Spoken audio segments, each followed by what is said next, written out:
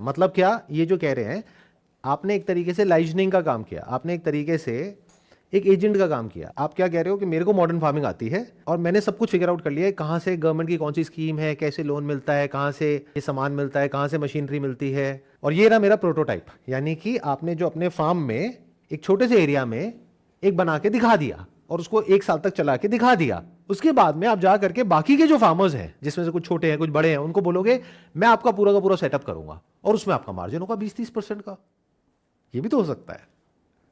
मान लो उसको सेटअप करने में 10 लाख रुपए लगा तो उसमें 2 लाख रुपए आपका, क्योंकि जिस कंपनी का वो सामान लगेगा वो कंपनी आपको कमीशन देगी ना। तो ये भी तो हो सकता है।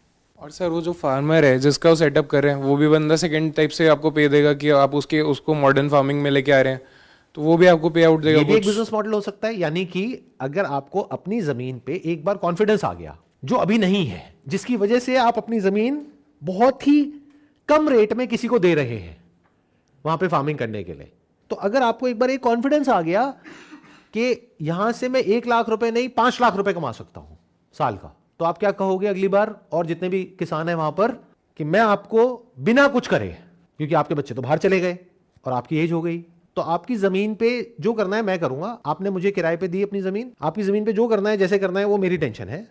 मैं आपको 50,000 रुपए साल का दूंगा 1 बीघे का।